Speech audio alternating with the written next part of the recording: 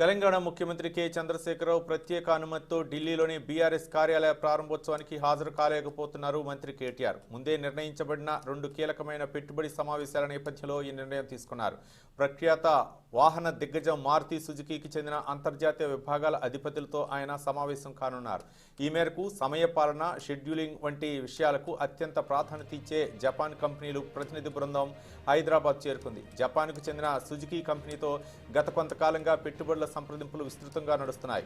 ఉదయం 10:45 సలార్పురియా నాలెడ్జ్ పార్కులో బోష్ ప్రధాన కార్యాలయ ప్రారంభోత్సవం ఉంది. ఈ 2 కీలక సమావేశాల నేపథ్యంలో ఈ ఉదయం ఢిల్లీ చేరుకోవాల్సిన కేటీఆర్ బీఆర్ఎస్ పార్టీ కార్యాలయ ప్రారంభోత్సవానికి హాజరు కాలేకపోతున్నట్లు తెలుస్తోంది.